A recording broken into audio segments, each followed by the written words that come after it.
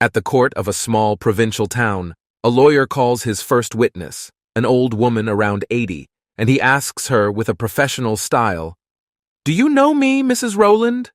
"Of course I know you, Mr. Smith," says the old woman. "I know you since you were little, and I have to confess that I am very disappointed in you. You lie, you cheat on your wife repeatedly, you gossip about your clients. Of course, I know you." Speechless by the unexpected answer, the lawyer points with his finger on the other side of the courtroom and says, "Do you know the defense lawyer?" "Oh, yes, I know Mr. Soft as well. I was holding him in my arms when he was a baby, and I can say that I am disappointed in him too. He's a drunk and a gamester. He finds it hard to develop a normal relationship with anyone, and he is one of the worst lawyers of our town." At that point, the chairman interrupts the process and demands from the two lawyers to approach the bench. When they do, he bends over and whispers to them, "If any of you jerks asks if she knows me, you're screwed." 85-year-old George went for his annual physical. All of his tests came back with normal results. Dr. Smith said, "George, everything looks great physically. How are you doing mentally and emotionally? Are you at peace with yourself? And do you have a good relationship with God?" George replied, "God and me are tight. He knows I have poor eyesight, so he's fixed it, so that when I get up in the middle of the night to go to the bathroom, poof, the light goes on. When I'm done, poof, the light goes off." "Wow," commented Dr. Smith. "That's incredible." A little later in the day, Dr. Smith called George's wife. "Ethel," he said, "George is doing fine. Physically, he's great, but I had to call because I'm in awe of his relationship with God. Is it true that he gets up during the night and poof, the light goes on in the bathroom, and then when he is through, poof, the light goes off?" Ethel exclaimed. "Oh my God! He's peeing in the refrigerator again." A state government employee sits in his office and, out of boredom, decides to see what's in his old filing cabinet. He pokes through the contents and comes across an old brass lamp. "This would look nice on my mantelpiece," he thinks, so he takes it home with him. While polishing the lamp, a genie appears and grants him 3 wishes. "I wish for an ice-cold Diet Pepsi right now." Poof! A Pepsi appears before him on his desk, so he picks it up and guzzles it all at once. Now that he can think more clearly, he states his second wish. "I wish to be on an island where beautiful nymphomaniacs reside." Poof! Suddenly, he is on an island with gorgeous females eyeing him lustfully. He then tells the genie his third and last wish. "I wish I'd never have to work ever again." Poof! He's back in his government office. A golfer is in a competitive match with a friend, who is ahead by a couple of strokes. The golfer says to himself, "I'd give anything to sink this next putt."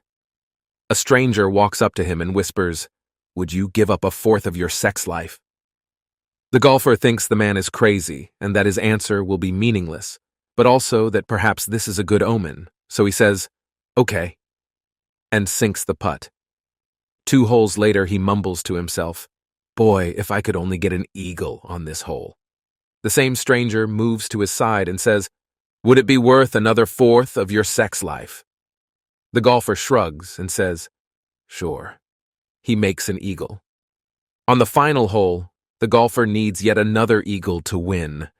Though he says nothing, the stranger moves to his side and says, "Would you be willing to give up the rest of your sex life to win this match?"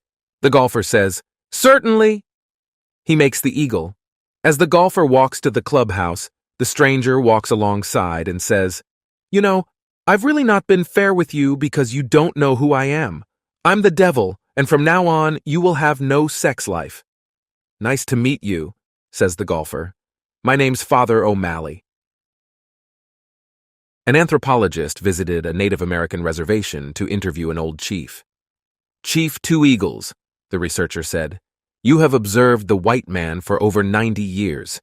You've seen his progress and failures over these many years."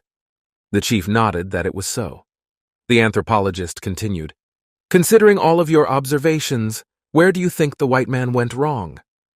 The chief replied, "When we had the land, there were no taxes, no debts, and plenty of buffalo and beaver. Medicine was free, women did all the work, and men spent all day hunting and fishing and all night making love to their wives." The chief leaned back and said, The white man went wrong when he thought he could improve on a system like that. An elderly couple recently moved back south to Tennessee from Indiana. The husband had a wooden leg, and to get insurance on it back in Indiana, it would cost them $2,000 per year. When they arrived in Tennessee, they went to an insurance agency to see how much it would cost to insure his wooden leg. The agent looked it up on the computer and said, $39. The husband was shocked and asked why it was so cheap here in Tennessee to insure it because it cost him $2,000 in Indiana. The insurance agent, who also happened to be the town's volunteer fire chief, turned his computer screen to the couple and said, "Well, here it is on the screen. It says, any wooden structure with a sprinkler system above it is $39. You just have to know how to describe it." Has taken the day off to pick up his new BMW convertible. It is a beautiful day, so he decides to put the top down and take it for a drive in the country. As he drives down the country road, he notices a young boy hitchhiking along the road. Anxious to show off his new car, the businessman pulls over to the side of the road and tells the kid to get in.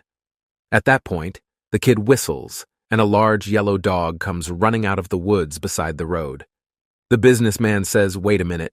You can't bring that big dog into my new car. He's all covered with mud, and I have these nice new leather seats." The kid says, "That's okay, mister. My dog will run alongside of the car." The businessman says, "It's your dog," and they drive off with the dog running alongside of the car. The businessman is showing the kid the neat features of his new car and forgets all about the dog. Suddenly he remembers and says, "Oh my God, where's your dog?" The kid says he's right alongside of the car. The businessman looks down at his speedometer, and he is doing 60 miles per hour. "I don't think a greyhound can run this fast, let alone a big yellow dog," the businessman says. "I told you he was fast. The kid says he won't have any problem staying up with your car." This makes the businessman a little miffed, so he presses down on the gas pedal and runs the speed up to 70. "How is your dog doing now?" he says. "The dog is doing fine." The kid responds he's really fast. The businessman mashes down on the gas until he is doing 90, and then hollers over at the kid. "Is your dog still keeping up?" Yet the kid hollers back he's breathing hard, but he is still alongside of the car. The businessman can't believe it, so he slams on his power brakes, screeches to a stop, unbuckles his seatbelt, and leans over the kid to have a look. Sure enough, there is the dog. "I'm flabbergasted," says the businessman. "That must be the fastest dog in the world. He looks like a regular dog, except what is that pink ring around his neck?" "Oh, that's his butthole," the kid says. He's not used to stopping that fast.